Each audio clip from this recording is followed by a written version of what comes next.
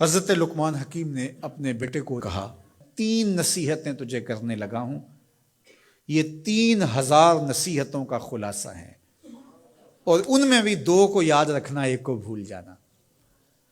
تو بیٹا ہمہ تن گوش ہو گیا، تو حضرت لقمان بولے جو نیکی کی ہے اس کو بھول جانا، جو نیکی کی ہے اس کو بھول جانا، اور موت کو اور اپنے رب کو یاد رکھنا۔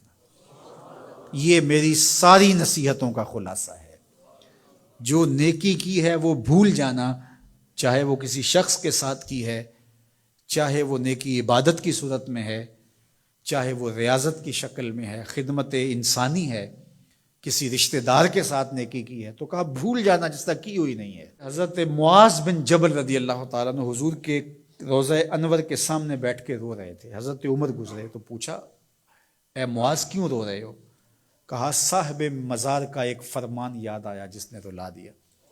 کہا وہ کیا فرمان ہے؟ کہا ایک دن حضور نے کہا تھا ادنا سی ریا بھی شرک ہے، تھوڑی سی ریاکاری بھی شرک ہے۔ اللہ صرف اس عمل کو قبول کرتا ہے جو محض اس کے لیے کیا جائے۔ تو نیکی خالص اللہ کے لیے کریں گے تو قابل قبول ہے۔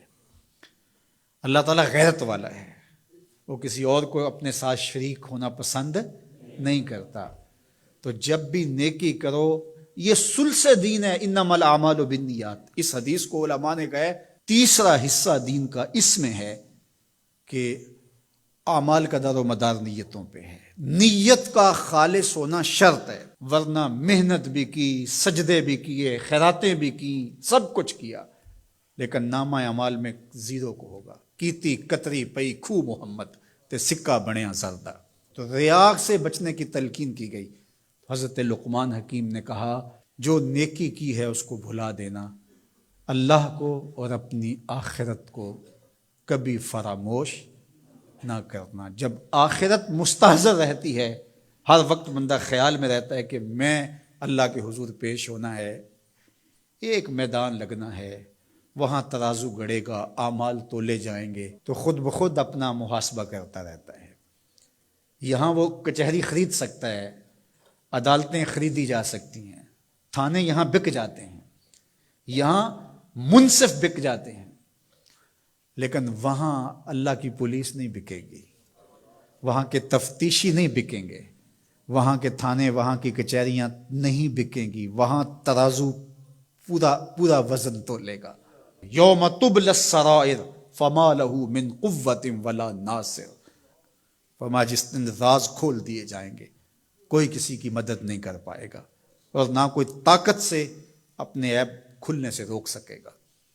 تو جب مستحضر ہوگا کہ میں اللہ کے حضور پیش ہونا ہے، ایک کچہری لگنی ہے، ایک عدالت لگنی ہے۔ آج مکار آدمی، جھوٹا آدمی، خائن آدمی، بد کردار آدمی بچ کے نکل جاتا ہے، عدالتوں کو چکمے دے جاتے ہیں، لوگ عدالتیں خرید لیتے ہیں، دھمکا لیتے ہیں، سب کچھ ہو جاتا ہے اس دنیا میں۔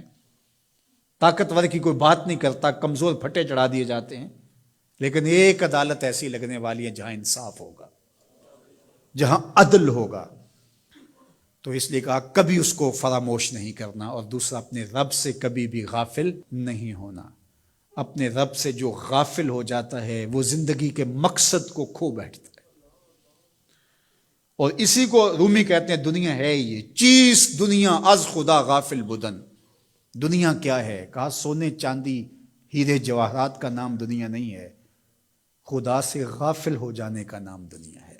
تو اس لیے اللہ کے ذکر سے، اس کی یاد سے، اس سے کبھی بھی غافل نہیں ہونا چاہیے۔ اور اگر کوئی اس سے غافل ہو گیا تو سن لو وَلَا تَكُونُوا كَالَّذِينَ نَسُوا اللَّهَ فَأَنسَاهُمْ أَنفُسَهُمْ أُولَٰئِكَ هُمُ الْفَاسِقُونَ۔ کہا ان لوگوں کی طرح نہ ہو جانا جو خدا سے غافل ہو گئے۔ تو جب وہ خدا سے غافل ہو گئے، اللہ نے انہیں ان کی ذاتوں سے بے خبر کر دیا۔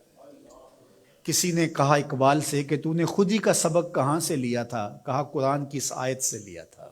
اور یہ بات ذہن میں بٹھا لیں، اپنے لیے بھی اور اپنی اولادوں کی طبع میں راسخ کریں جیسے بھی ہو سکے، کہ ایک چیز کو بھول جانا ہے، جو نیکی ہو گئی بھول گئے، اور اللہ کو بھی یاد رکھنا ہے اور آخرت کو بھی یاد رکھنا ہے۔ یہ چیز یاد رہ گئی تو سمجھ جاؤ خیر ہے، اور اگر یہ 2 چیزیں بھول گئی اور جو بھولنے کی چیز ہے وہ یاد رہی تو سمجھو ہم نے اپنا سب کچھ لٹا دیا۔